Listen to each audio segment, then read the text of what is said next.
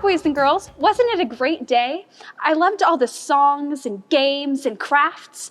I loved hearing about how God saved Noah and his family, and all the animals. Guess what? I saw animals on my hike, and I saw a real rainbow at Treasure Falls. Let's tell Sydney. Will you help me call her? Sydney!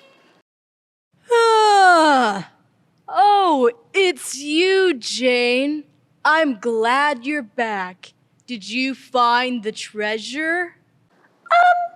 Not exactly, but I did go with the children to listen to Bible stories and play games and do crafts. And when the children were eating, I took my hike to the waterfall.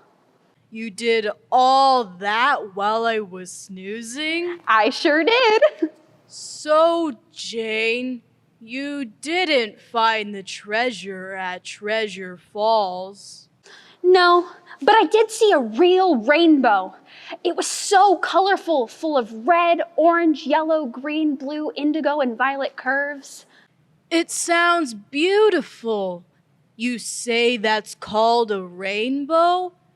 How did it get there, up in the air?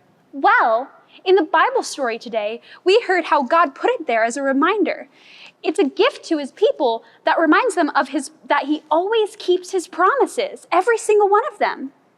You know, Jane, I may be just a sloth, but I think you found out something very special. You found a rainbow to treasure, and God's promise too. So don't give up, Jane.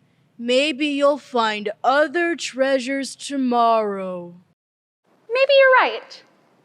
Maybe tomorrow. Tomorrow it is. I'll be back. Will you children come back too? Great. Bye, Jane. Bye, children. See you tomorrow. It's time to munch on some leaves and then take another nap.